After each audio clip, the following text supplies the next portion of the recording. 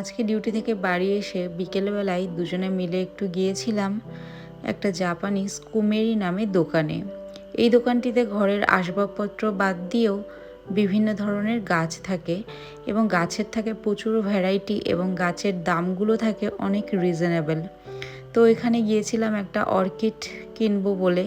তো এখন গিয়ে দেখি সেরকম একটা ভালো অর্কিডের কালেকশন নেই, মানে এই জাপানে প্রচুর ধরনের অর্কিড পাওয়া যায়, সেরকম কোনো ভ্যারাইটি দেখলাম না। তো যাই হোক, সেগুলো দেখে আর পছন্দ হয়নি। তারপরে চলে এলাম এই গাছের পোর্শনটাতে। ভেবেছিলাম কিছু সবজি গাছ আর কিছু ফুলের গাছ নিয়ে যাব। তো এইখানে পুঁইশাক গাছ দেখলাম। পুঁইশাক আমার বড্ড পছন্দের, তো ভাবলাম একটা পুঁইশাক গাছ আজকে কিনবো। আর এদিকে দেখুন এই চুটকি গাঁদা, মানে কত রঙের। তো রক্ত গাঁদা আমার এগুলো খুব ভাল লাগে। আর যদি একটা গাছ নিয়ে যাই প্রত্যেক দিন ঠাকুরকে একটুখানি ফুলও দিতে পারবো।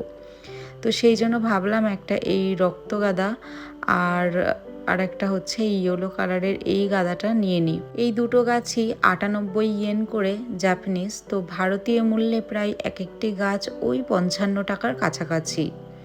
এপাশে রয়েছে লঙ্কা গাছ। জাপানে যেহেতু ফ্রেশ কাঁচা লঙ্কার প্রচুর দাম, সেই জন্য আমাদের বেশিরভাগ ক্ষেত্রে ওই ফ্রোজেন কাঁচা লঙ্কাটাই খাওয়া হয়।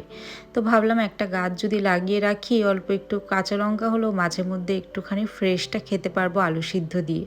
সেই জন্য ওখান থেকে নিয়ে নিয়েছি দুটো গাছ। আর এদিকে দেখুন একটা পুঁইশাক গাছ নিয়েছি। কিনতে এসেছিলাম অর্কিড, আর কিনে নিয়ে যাচ্ছি এই সবজি গাছ আর ফুলের গাছগুলো। তো আপনারা যারা আমার ভিডিওগুলো জাপান থেকে দেখেন, যদি কুমেরি নামে দোকানটা আপনাদের ধারে কাছে থাকে, অবশ্যই ভিজিট করতে পারেন। এখানে অনেক রিজনেবলে গাছ পাবেন।